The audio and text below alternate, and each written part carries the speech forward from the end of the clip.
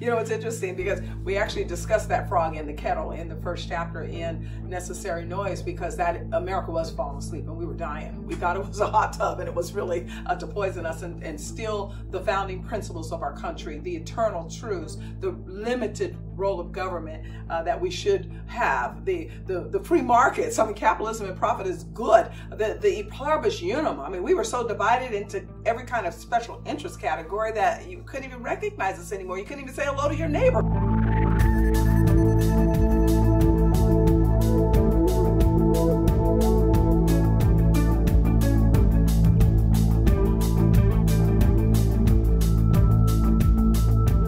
Richard, why did you decide to co-author this book with Star Parker?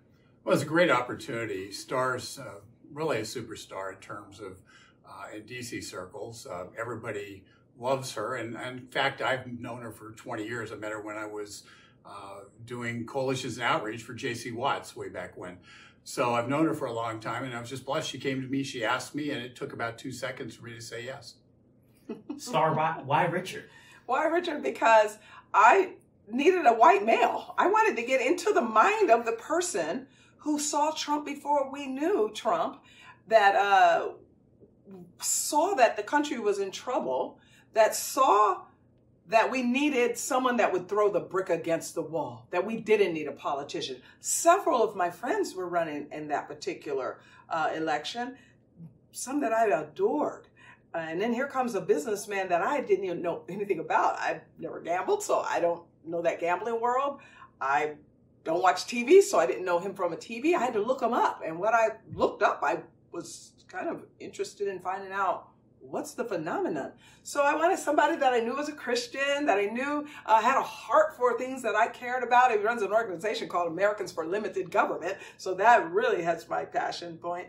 And then I wanted someone that could talk to us from a really gentle perspective about a person that he knew before they were coming down that escalator, and was supporting them when they came down that escalator, and asked some really hard questions of us as a community of people. Why we believe what we believe. I mean, he was in our face. You're bringing in drugs and guns. We're bringing in all of the questions he asked were questions that we as Americans should have been asking ourselves, and we're afraid to talk about at the kitchen table. So when I heard Richard talking one time about how, hey, we've just not talked about these things at our kitchen tables, and by golly, we need to, the car's going over the cliff. I said, you want to do a book? And he said, yes. It's his first book. It was my 5th book. So both of you, I'm sure, have a lot going on. Star, you're leading a national organization and a lot of different other hats you're wearing. Why Necessary Noise, and why now? Well, because I think people need to understand that the Donald Trump phenomenon is something that is really organic. People have been shut up. They've been told to shut up and be quiet and not talk about certain things. And Donald Trump has kind of broken the ice on that. He's talking about things. You know, people always want to complain about his Twitter feed and all that. But you know what? The bottom line is, he breaks through the media noise to deliver messages that otherwise would not be heard. And that's why the left hates him, because he's able to tell truths that others have had hidden behind the wall of the media censorship. And I mean that in an editorial sense. Yeah. It's not that they're censoring per se. They just don't allow certain points of view to be aired in the 22 minutes on the evening news. And so Donald Trump's breaking those walls. He's breaking that down. And he's forcing us as a nation to figure out who we're going to be when we grow up. That's right. And that's important, because right now, the way we were going is we were sliding to Gomorrah. We were sliding into an abyss that was godless, and where we were being told as Christians, we can't talk. And he's broken that ice in a way that no other politician could, because he wasn't a politician, he didn't know the rules. That's right.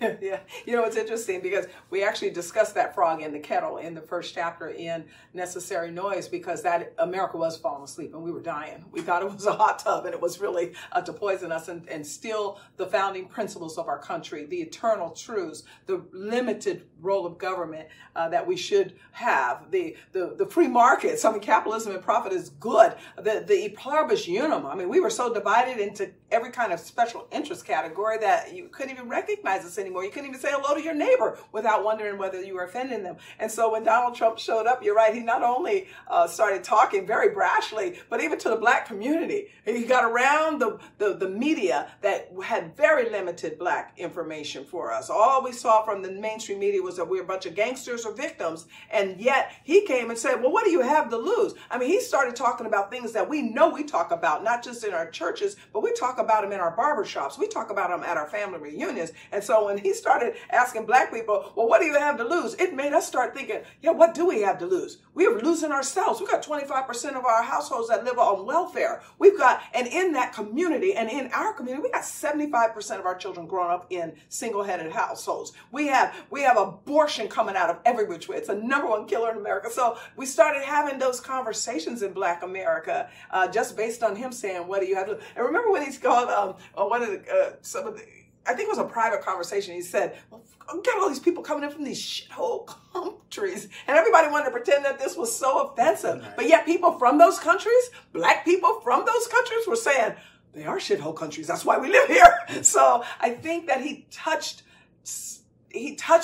everyone. But there were some people that saw it first. I knew, because I've been working in Washington in and out 25 years and the last 15 years just consistently, that there was something inherently wrong, that we were at that critical cross point. We couldn't go on anymore, half free and half slave. But I didn't know why that Tea Party selected Donald Trump. And that's what I really appreciated about Richard, because he had those tendencies too to say, here's why we voted for him. Here's why we wanted him. We were trying to tell the country something was wrong on both sides of the aisle. Especially you might even want to mention about how you see that at that point, the Democrats and the Republicans were doing basically the same thing. Yeah, we always had a debate over power in this country. And unfortunately, the Republicans had fallen into the role of, we'll just do a little less bad stuff than the Democrats were doing in terms of growing the size and scope of government. And so they lost their capacity to actually have a conversation, philosophical conversation about the direction of the country, because they basically were agreeing with the left. And so you have and that needed to be broken. That needed to be, and the power structure in DC is built around money, as almost everywhere is. And there's nothing wrong with that, except for when it forces everybody within the, use a football analogy, between the 40s. And the Republicans always played the game between the 40s. And never want to score a touchdown. They always just want to do enough that they can say, oh, we're a little bit better than the other guys. And the Democrats always went for touchdowns. They went for socialized medicine. They try to score when they get the ball. And the Republicans basically are content to try to run out the clock. And so so when you get down to it, that needed to change. We could not restore this country. And I'm going to use one example, and it's trade.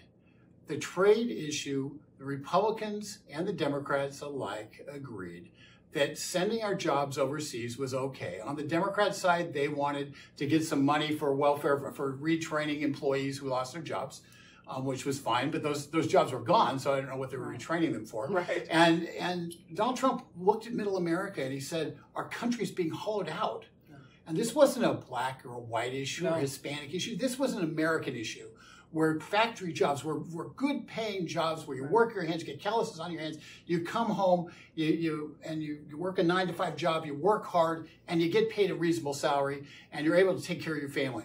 That's American issue, not an ethnic issue. It wasn't ethnic, but what I started to see converge is this is what they call the heartland. These are the people that got up and went to church on Sunday morning, and then they took their kids to school and told them they better behave and your principal better not call me today. And then they did go to work all day. And then it did hollow out. And no one knew why it was. And I started going into these communities because I was on an active college lecture circuit. So I would see that Heartland America was becoming like inner city America. I've been trying to fix inner city America. My other book that was a #1 bestseller is called Uncle Sam's Plantation. I talked about capitalism and socialism and the differences then. And I saw middle America was living in a capitalistic society. In the heart of our inner cities, we're living in a socialistic society. I wanted to change.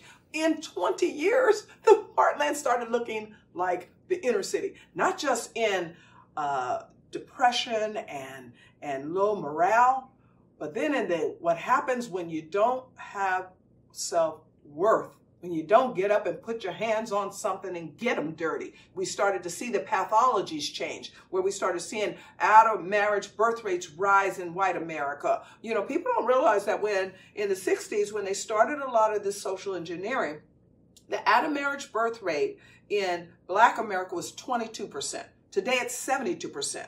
But in white America during the 60s, the out of marriage birth rate was 3%. Now it's 30%. It's 8 points higher than where Blacks were during the 60s. So we started seeing the pathologies that we thought were confined only to our most distressed zip codes in our healthy zip codes. We started seeing low educational aspirations, high drug rates, high crime rates, out of marriage rates, all of those pathologies that lead you spiraling down. And that's where the cultural war really came to a head with my realization that it's not ethnic as well, what you're saying. This is not, Blacks just got caught up in it first because they got addicted to government first and these political promises of the left. But now white America, because their jobs had left, they started those same pathologies. And next thing you know, we have 60% of Americans getting more from government than they put in. And I just knew that we can't go on like this. And so when Donald Trump said, we can't go on like this, and his supporters kept saying, we can't go on like this, I knew that it was time for the church to understand we can't go on like this. And so that's where necessary noise comes in.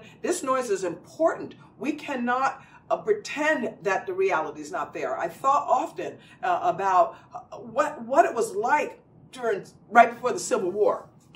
At a certain point, people had to say, uh-oh, got to choose a side. And we know they ended up having to choose a side.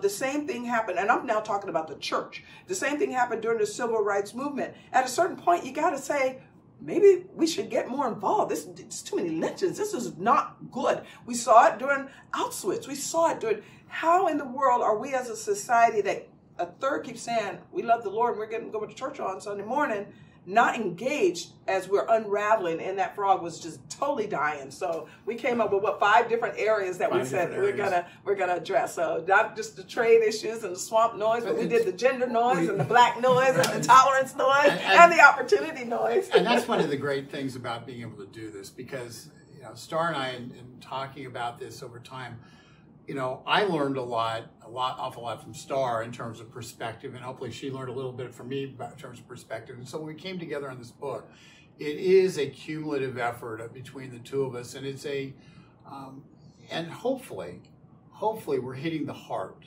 That when you read it, you'll know that this is something, this touches me. I recognize this in my life, and I recognize this in my community. I recognize this amongst the children who go to Sunday school. I teach Sunday school. I've been doing it for 20 years. I teach youth group. I've been youth leader for 15 years. And when you see a second grade little kid come in and their parents are separated and the kid's broken, and the society tells the parents, oh, it's okay. It's not okay. The little kid has been wounded. Now they recover, but they're never the same. And we have to confront the culture war in this country, because if we don't do that now, if we don't do that, who will?